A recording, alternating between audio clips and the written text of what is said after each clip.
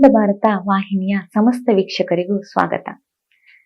ನಾನು doctor Saritha T, SDM Ayurveda college ಆಸ್ಪತ್ರೆ ಮತ್ತು ಸಂಶೋಧನಾ ಕೇಂದ್ರ, ಇಲ್ಲಿ ನಾನು ರೋಗ ನಿದಾನ ವಿಭಾಗದಲ್ಲಿ ಸಹಾಯಕ ಪ್ರಾಧ್ಯಾಪಕಳಾಗಿ ಕಾರ್ಯನಿರ್ವಹಿಸ್ತಾ ಇದ್ದೇನೆ ಮತ್ತು ಆಸ್ಪತ್ರೆಯಲ್ಲಿ ನಾನು ಮನೋರೋಗ ವಿಭಾಗದಲ್ಲಿ ಕೆಲಸವನ್ನು ಮಾಡ್ತಾ ಇದ್ದೇನೆ. ಸೊ ಇಂದಿನ ನಾನು ಸಂಚಿಕೆಯಲ್ಲಿ ಮಕ್ಕಳಲ್ಲಿ ಆಗುವಂತ ಮಾನಸಿಕ ಬದಲಾವಣೆಗಳು, ಇದಕ್ಕೆ ಪೋಷಕರ ಪಾತ್ರ, ಇದರ ಬಗ್ಗೆ ನಾನು 2 ಮಾತನಾಡಲು ಇಚ್ಛಿಸ್ತೇನೆ. ಸೊ ಮಗು ಹುಟ್ಟಿದಾಗ ನಾವು ಸ್ಟಾರ್ಟಿಂಗ್ ಇಂದ ಅಮ್ಮ ತುಂಬಾ ಹತ್ರ ಆಗಿರ್ತಾರೆ.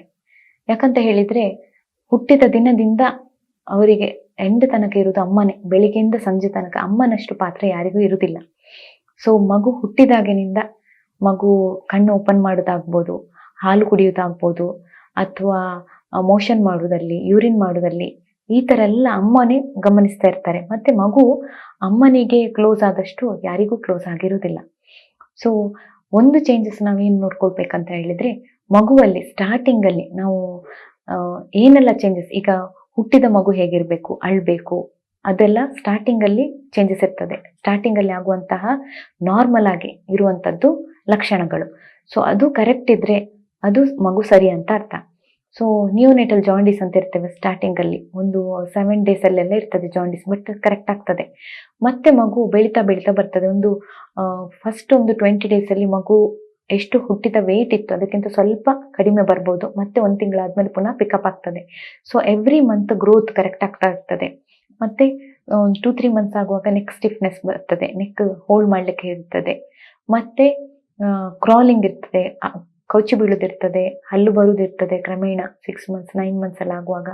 ಮತ್ತೆ ನಡಿಲಿಕ್ಕೆ ಹಿಡಿತದೆ. 1 year ಆಗುವಾಗ ಮಗು ನಡಿಲಿಕ್ಕೆ, ಹೆಜ್ಜೆ ಹಾಕ್ಲಿಕ್ಕೆ ಸ್ಟಾರ್ಟ್ ಮಾಡೋದಿರ್ತದೆ.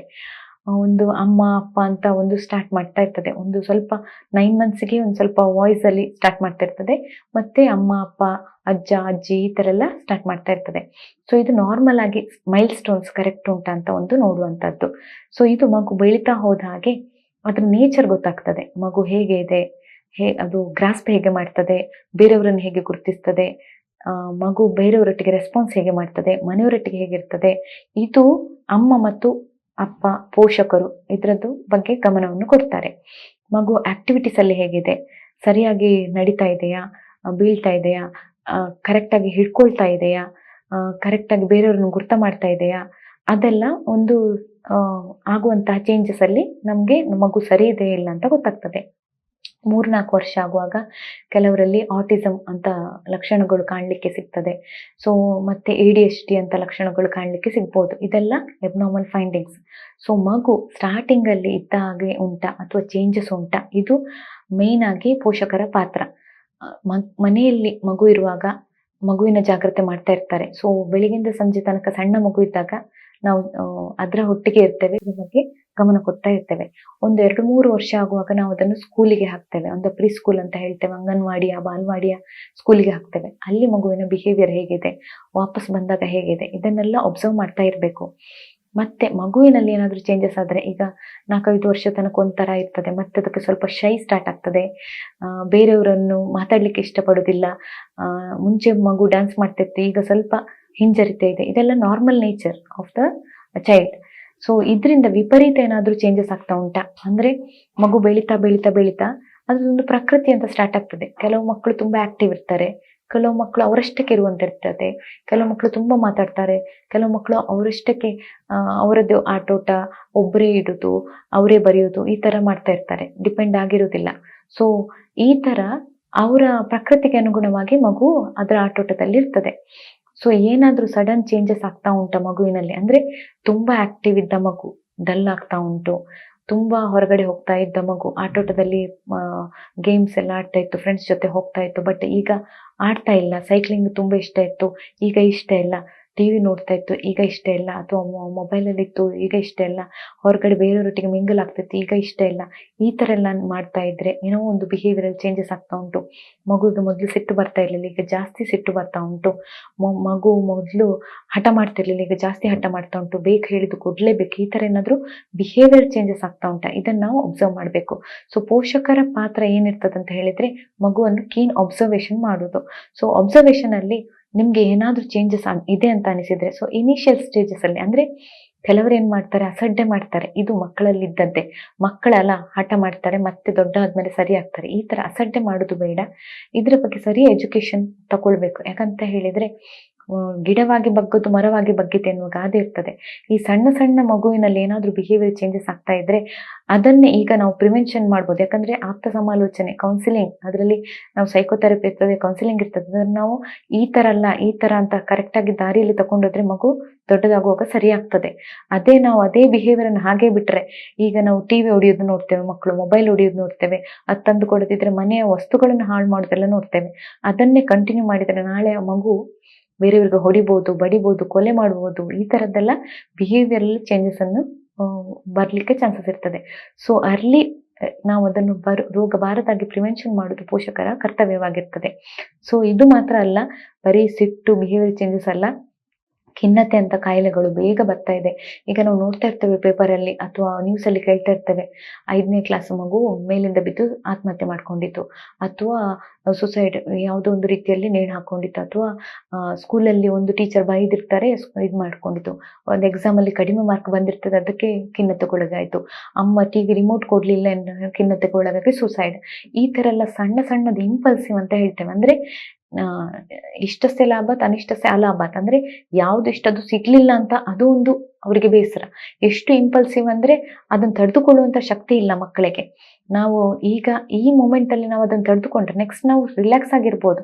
ಅದೇ ಈ ತರ ನಂಗೆ ಸಿಗ್ಲಿಲ್ಲಲ್ಲ ಎನ್ನುವಂಥದ್ದೊಂದು, ನಂಗೆ ಫಸ್ಟ್ ಬರ್ಲಿಲ್ಲ, ನಾನು ಮಾರ್ಕ್ ಕಳ್ಕೊಂಡೆ, ನಾನು ಫೇಲ್ ಆದೆ, ನಂಗೆ ಅದರಲ್ಲಿ ಪ್ರೈಸ್ ಬರ್ಲಿಲ್ಲ, ಅಥವಾ ಅಮ್ಮ ಹೀಗೆ ಹೇಳಿದ್ರು, ನಂಗೆ ರಿಮೋಟ್ ಕೊಡ್ಲಿಲ್ಲ, ಈ ತರ ಕ್ಷುಲ್ಲಕ ಕಾರಣಕ್ಕೆ ಅವರು ಜೀವ ತಕ್ಕೊಳ್ಳೋದುಂಟು.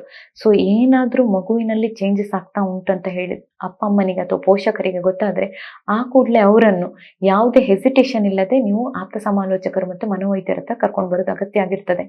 ಇನ್ನೊಂದು ನಾನು ಇದರಲ್ಲಿ ಹೇಳಲಿಕ್ಕೆ ಇಷ್ಟಪಡ್ತೇನೆ ಏನಂದ್ರೆ, ಸ್ಟಿಗ್ಮಾ ಇದೆ. ಸ್ಟಿಗ್ಮಾ ಅಂದ್ರೆ ಈಗಿನ ಎಲ್ಲರೂ ಈಗ ಮನೋರೋಗ ತಜ್ಞರ ಹತ್ರ ಹೋಗುದಂದ್ರೆ ಮಾನಸಿಕ ಕಾಯಿಲೆ ಅಂತ ಸ್ಟ್ಯಾಂಪ್ ಹಾಕ್ತಾರಂತ. ಇಲ್ಲ, ಆ ರೀತಿ ಇಲ್ಲವೇ ಇಲ್ಲ. ಯಾವುದೇ ಒಂದು ಮನುಷ್ಯ ಅವನಿಗೆ ಮಾನಸಿಕ ಸ್ಥಿಮಿತ ತಪ್ಪಲಿಲ್ಲ ಅನ್ನುವ ಮನುಷ್ಯನೇ ಇಲ್ಲ. ಯಾವುದೋ ಒಂದು ಮೈಲ್ಡ್ ಫಾರ್ಮ್, ಮಾಡೋರೇಟ್ ಫಾರ್ಮ್ ಅಲ್ಲಿ ಎಲ್ರಿಗೂ ಸ್ಟ್ರೆಸ್ ಇರ್ತದೆ, ಎಲ್ರಿಗೂ ಭಯ ಇರ್ತದೆ, ಎಲ್ರಿಗೂ ಚಿಂತೆ ಇರ್ತದೆ, ಎಲ್ರಿಗೂ ಶೋಕ ಇರ್ತದೆ. So it is common nature. So ಇದರಲ್ಲಿ ನಾವು ಆಪ್ತ ಸಮಾಲೋಚಕರನ್ನ ಅಥವಾ ಮನೋರೋಗ ವೈದ್ಯರನ್ನು ನಾವು ಕನ್ಸಲ್ಟ್ ಮಾಡೋದ್ರಲ್ಲಿ ಯಾವುದೇ ಒಂದು ತಪ್ಪು ಇಲ್ಲ, ಯಾವುದೇ ಒಂದು ಹಿಂಜರಿಕೆ ಸಹ ಬೇಡ. ಅವ್ರೇನ್ ಹೇಳ್ತಾರೇನೋ, ಇವ್ರೇನ್ ಹೇಳ್ತಾರೇನೋ, ನಮ್ಗೆ ಮಾನಸಿಕ ಕಾಯಿಲೆ ಅಂತ ನಮ್ಗೆ ಲೇಬಲ್ ಹಾಕ್ತಾರೇನೋ, ಈ ತರದ್ದು ಯಾವುದೇ ಒಂದು ಸ್ಟಿಗ್ಮಾ ಬೇಡ. ಸ್ಟಿಗ್ಮಾವನ್ನು ಇಟ್ಕೊಂಡು ನಮ್ಮನ್ನು ನಾವು ಯಾವುದೇ ಒಂದು ದೊಡ್ಡ ಅವಾಂತರಕ್ಕೆ ಅಥವಾ ಅವಘಡಕ್ಕೆ ತುತ್ತು ಮಾಡ್ಕೊಳ್ಳೋದು ಬೇಡ. ಯಾಕಂತ ಹೇಳಿದ್ರೆ ಆಪ್ತ ಸಮಾಲೋಚಕರು ಯಾವತ್ತೇ ಆಗ್ಲಿ ಎಂತ ಅವರಿಗೆ ಶೇರ್ ಮಾಡ್ತೀರ ಅದನ್ನು ಕಾನ್ಫಿಡೆನ್ಷಿಯಲ್ ಆಗಿ ಇಟ್ಕೊಳ್ತಾರೆ. ಅದನ್ನು ಅವ್ರು ಕಲೀಗಿಗೆ ಸಹ ಹೇಳಿರುವುದಿಲ್ಲ ಅಥವಾ ಫೈಲಲ್ಲಿ ಸಹ ಮೆನ್ಷನ್ ಮಾಡಿರುವುದಿಲ್ಲ. ಯಾವತ್ತು ನೀವು ಆಪ್ತ ಸಮಾಲೋಚಕರಲ್ಲಿ ಓಪನ್ ಆಗಿ ಹೇಳ್ತೀರಾ, ಅವ್ರು ಅದಕ್ಕೆ ಸೂಕ್ತ ಸಲಹೆ ಕೊಡ್ತಾರೆ, ಸೂಕ್ತ ಮಾರ್ಗದರ್ಶನ ಕೊಡ್ತಾರೆ, ಸೂಕ್ತ ಪರಿಹಾರ ಕೊಡ್ತಾರೆ. ನಿಮ್ಗೆ ಬೇಕು ಅಂದ್ರೆ ಅವರಿಗೆ ಅನಿಸ್ತದೆ ನಿಮ್ಗೆ ಮೆಡಿಸಿನ್ ಅಗತ್ಯ ಇದ್ರೆ ಮಾತ್ರ ಅವರು ಮನೋವೈದ್ಯರ ಹತ್ರ ಕನ್ಸಲ್ಟೇಷನ್ ಮಾಡಿಸಿ ನಿಮ್ಗೆ ಮನೋ ರಿಲೇಟೆಡ್ ಮೆಡಿಸಿನ್ಸ್ ಅನ್ನು ಹಾಕ್ತಾರೆ. ಅದು ಸಹ ನಿಮ್ಗೆ ಕಾಯಿಲೆ ಕಡಿಮೆ ಆದಾಗ ಅದನ್ನು ಟೇಪರ್ ಮಾಡಿ ಅವರೇ ನಿಲ್ಲಿಸ್ತಾರೆ. ಸೊ ಇದು ನೀವು ಒಮ್ಮೆ ನೀವು ಲೇಬಲ್ ಆದಾಗ ನೀವು ಲೈಫ್ ಲಾಂಗ್ ಆ ಡಿಸೀಸ್ ಉಂಟಂತ ಅಲ್ಲ, ಆ ಕಾಯಿಲೆ ಉಂಟಂತ ಅಲ್ಲ. ಸೊ ಇದ್ರ ಬಗ್ಗೆ ಜಾಸ್ತಿ ಅವೇರ್ನೆಸ್ ಬೇಕು. ಯಾಕಂದ್ರೆ ಈಗ ಜನಗಳು ಬರ್ತಾರೆ, ಮುಂಚಿನ ಕಾಲದಲ್ಲಿ ಅಂತ ಮಾನಸಿಕ ಕಾಯಿಲೆ ಅಂದ್ರೆ ದೊಡ್ಡ ಒಂದು ಅಪವಾದ ತರ ಇತ್ತು. ಸೊ ಎಲ್ಲರಿಗೂ ಈಗ ಸ್ಟ್ರೆಸ್ಫುಲ್ ಲೈಫೇ. ನಮ್ಮದು ಸ್ಕೂಲಲ್ಲಿರ್ಲಿ, ಕಾಲೇಜಲ್ಲಿರ್ಲಿ, ಮಕ್ಕಳಿಗಿರ್ಲಿ, ದೊಡ್ಡವರಿಗಿರ್ಲಿ, ಜಾಬಲ್ಲಿರ್ಲಿ, ಎಲ್ರಿಗೂ ಸ್ಟ್ರೆಸ್ ಇದ್ದೇ ಇರ್ತದೆ ಯಾವುದೇ ಒಂದು ರೀತಿಯಲ್ಲಿ. ನಮ್ಮ ಜಾಬ್ ರಿಲೇಟೆಡ್ ಇರ್ಬೋದು, ವರ್ಕ್ ರಿಲೇಟೆಡ್ ಇರ್ಬೋದು, ಸ್ಕೂಲ್ ರಿಲೇಟೆಡ್ ಇರ್ಬೋದು, ಅಕಾಡೆಮಿಕ್ ರಿಲೇಟೆಡ್ ಇರ್ಬೋದು, ಫೈನಾನ್ಷಿಯಲ್ ಇರ್ಬೋದು, ಫ್ಯಾಮಿಲಿ ರಿಲೇಶನ್ಶಿಪ್ ರಿಲೇಟೆಡ್ ಇರ್ಬೋದು. ಸೊ ಯಾವುದೇ ರೀತಿಯಂತ ಸ್ಟ್ರೆಸ್ ಈಗ ಕಾಮನ್. ಸೊ ಇದಕ್ಕೆ ಏನ್ ಪರಿಹಾರ? ನಮ್ಮಲ್ಲೇ ನಾವು ಚೇಂಜಸ್ ಮಾಡ್ಕೊಳ್ಳೋದು. ನಾವು ರಿಲ್ಯಾಕ್ಸೇಷನ್ ಮೆಥಡ್, ಈಗ ನಾವು ವರ್ಕ್ ಅಲ್ಲಿ ಎಷ್ಟು ಬಿಸಿ ಇರ್ತವೆ ಅಂದ್ರೆ ನಮ್ಮ ನೀಡ್ಸ್ಗೆ ನಾವು ನೋಡ್ತಾ ಇಲ್ಲ, ನಮ್ದು ರಿಲ್ಯಾಕ್ಸೇಷನ್ ಇಲ್ಲ, ನಮ್ಗೆ ಬ್ರೇಕ್ ಇಲ್ಲ. ನಾವೊಂದು ನಿದ್ದೆ ಮಾಡುವಲ್ಲಿ ನಿದ್ದೆ ಮಾಡ್ಲೇಬೇಕು, ಒಂದು 6 to 8 hours. ಅದೇ ಬ್ರೇಕ್ ಇಲ್ಲದ ಲೈಫ್ ವೇಸ್ಟ್. ನಮ್ಗೆ ನಮ್ಮ ಹಾಬೀಸ್ ಇರ್ತದೆ, ಅದೊಂದು ಡ್ಯಾನ್ಸ್ ಇರ್ಬೋದು, ಮ್ಯೂಸಿಕ್ ಇರ್ಬೋದು, ಕಲ್ಚರಲ್ ಆಕ್ಟಿವಿಟೀಸ್ ಇರ್ಬೋದು, ಸ್ವಿಮ್ಮಿಂಗ್ ಇರ್ಬೋದು, ಗಾರ್ಡನಿಂಗ್ ಇರ್ಬೋದು. ನಮ್ಗೆ ಯಾವ್ದು ಇಂಟ್ರೆಸ್ಟ್ ಅದ್ರಲ್ಲಿ ನಾವು ತೊಡ್ಕೊಳ್ಬೇಕಾಗ್ತದೆ. ಸೊ ಮಕ್ಕಳಿಂದ ಮುದುಕರ ತನಕ ಈಗ ನೋಡ್ತೇವೆ ಎಲ್ಲ ರೀತಿಯದೊಂದು ಮಾನಸಿಕ ಒಂದು ಒತ್ತಡಕ್ಕೆ ಒಳಗಾಗಿರ್ತಾರೆ. ವಿವಿಧ ರೀತಿಯ ಖಿನ್ನತೆ ಇರ್ಬೋದು, ನಾವು ಡಿಪ್ರೆಷನ್ ಹೇಳ್ತೇವೆ, ಮೇನಿಯಾ ಇರ್ಬೋದು, ಬೈಪೋಲರ್ ಅಫೆಕ್ಟಿವ್ ಡಿಸಾರ್ಡರ್ ಇರ್ಬೋದು, ಸ್ಕಿಜೋಫ್ರೇನಿಯಾ ಇರ್ಬೋದು, ಸೈಕೋಸಿಸ್ ಇರ್ಬೋದು, OCD ಇರ್ಬೋದು, GAD, ತುಂಬಾ ಆಂಗ್ಸೈಟಿ ಡಿಸಾರ್ಡರ್ಸ್ ಇರ್ಬೋದು, ಫೋಬಿಯಾಸ್ ಇರ್ಬೋದು, ತುಂಬಾ ಕಾಯಿಲೆಗಳು ಈಗ ಎಲ್ಲರೂ ಒದ್ದಾಡ್ತಾ ಇದ್ದಾರೆ. ಬಟ್ ಯಾರು ಸಹ ಇನ್ನೊಂದು ಹೇಳ್ತಾರೆ ಬಂದು, ಮೇಡಮ್ ಇದರಿಂದ ಸೈಡ್ ಎಫೆಕ್ಟ್ಸ್ ಉಂಟಾ, ಇದನ್ನ ಮೆಡಿಸಿನ್ ನಿಲ್ಲಿಸ್ಬೋದಾ, ಹೀಗೆ ಕೇಳೋದುಂಟು. ಸೊ ನಾವು ಡಿಸೈಡ್ ಮಾಡ್ತಾರೆ ಅಂದ್ರೆ ಮನೋವೈದ್ಯರು, ಆಪ್ತ ಸಮಾಲೋಚಕರು ಡಿಸೈಡ್ ಮಾಡ್ತಾರೆ ನಿಮ್ಗೆ ಎಷ್ಟು ತನಕ ಮೆಡಿಸಿನ್ ಇಡಬೇಕು, ನೀವು ಹೇಗಿದ್ದೀರಿ, ಕಂಪ್ಲೀಟ್ ಆಗಿ ಕ್ಯೂರ್ ಆದ್ರೆ ಅವರೇ ಮೆಡಿಸಿನ್ ಟೇಪರ್ ಮಾಡಿ ನಿಲ್ಲಿಸ್ತಾರೆ. ಸೊ ನಿಮ್ಮದು ಸೆಲ್ಫ್ ಡಿಸಿಷನ್ ನೀವು ತಗೊಳ್ಬಾರ್ದು. ಸೊ ಯಾವುದೇ ಮಗು ಇರಲಿ, ನಿಮ್ಮ ಯಾವುದೇ ಮಗುವಿಗೆ ಏನಾದ್ರೂ ಒಂದು ಚೇಂಜಸ್ ಆಗ್ತಾ ಉಂಟು, ನೀವು ದೈಹಿಕವಾಗಿ ಮಾನಸಿಕವಾಗಿ ಚೇಂಜಸ್ ಆಗ್ತಾ ಉಂಟು, ನೀವು ಇಮಿಡಿಯೇಟ್ಲಿ ಆಪ್ತ ಸಮಾಲೋಚಕರು ಮನೋವೈದ್ಯರ ಹತ್ರ ನೀವು ಕರ್ಕೊಂಡು ಬರಬೇಕು. ಈವನ್ ದೊಡ್ಡವರ ಅಥವಾ ವೃದ್ಧರಲ್ಲಿ ಏನಾದ್ರೂ ಒಂದು ಚೇಂಜಸ್ ಉಂಟು ಅಂತ ಹೇಳಿದ್ರೆ ಆದಷ್ಟು ಬೇಗ ಅದಕ್ಕೆ ಸೂಕ್ತ ಪರಿಹಾರವನ್ನು ತೆಗೆದುಕೊಳ್ಬೇಕಾದ ಅವಶ್ಯಕವಾಗಿರ್ತದೆ. ಸೊ ಇಂದಿನ ಈ ವಾಹಿನಿಯನ್ನು ಯಾರು ನೋಡ್ತಾ ಇದ್ದೀರಿ, ನಿಮ್ಗೆ ಇದ್ರ ಬಗ್ಗೆ ಏನಾದ್ರೂ ಡೌಟ್ಸ್ ಉಂಟು ಅಥವಾ ಕ್ವಶನ್ಸ್ ಉಂಟು ಅಥವಾ ಏನಾದ್ರೂ ಬೇರೆ ಯಾವುದಾದ್ರೂ ವಿಷಯದ ಬಗ್ಗೆ ಮಾಹಿತಿ ಬೇಕಂದ್ರೆ ನಮಗೆ ದಯವಿಟ್ಟು ಕಮೆಂಟ್ ಮಾಡಿ, ನಮ್ಮ ಈ ಚಾನಲ್ ಅನ್ನು ಲೈಕ್ ಮಾಡಿ, ಶೇರ್ ಮಾಡಿ, ಸಬ್ಸ್ಕ್ರೈಬ್ ಮಾಡಿ. ಧನ್ಯವಾದ.